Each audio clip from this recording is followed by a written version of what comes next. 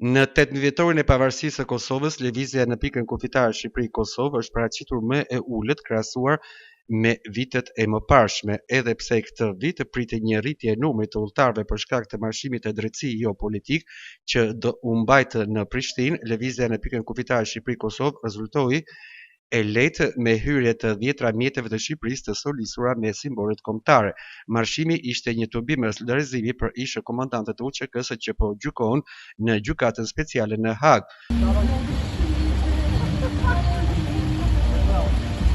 Ndërkohë, rreth 100 anëtar të lëvizjes Shqipëria bëhet të pajisur me simbole kombëtare në automjete të kryesuar nga kryetari Adratik Lapaj udhëtuan drejt Prishtinës për t'u bashkuar marshimit. Para kalimit të kufirit, Lapaj e cilësoi këtë si një ditë të shënuar për kombin shqiptar. Po sot është një ditë e shënuar, përtej kësaj është dhe një ditë ku ka solidaritet për çlirimtarët. Ne po shkojmë në Kosovë për të dëshmuar mbështetjen tonë për heronjtë e luftës së Kosovës. Askush nuk mund ta bëjë pis pavarësinë e Kosovës dhe luftën e shenjtë të popullit shqiptar.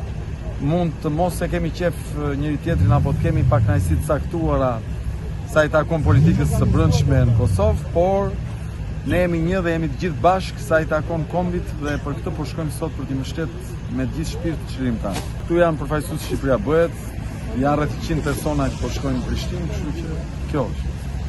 Gjatë ditës ka pas shumë pak lëvizje të qytetarëve të Shqipërisë drejt Prishtinës për marshin, si e shef? Nëse është kështu është gabim, ne duhet të gjithë jemi në mbështetje të vëllezërve tanë dhe motrave tona në Kosovë. Besoni se do të ketë drejtësi në Hag për ish-kryetarët e UÇK-së? Jam i bindur që ata do të kthehen si çlirimtarët triumfatorë.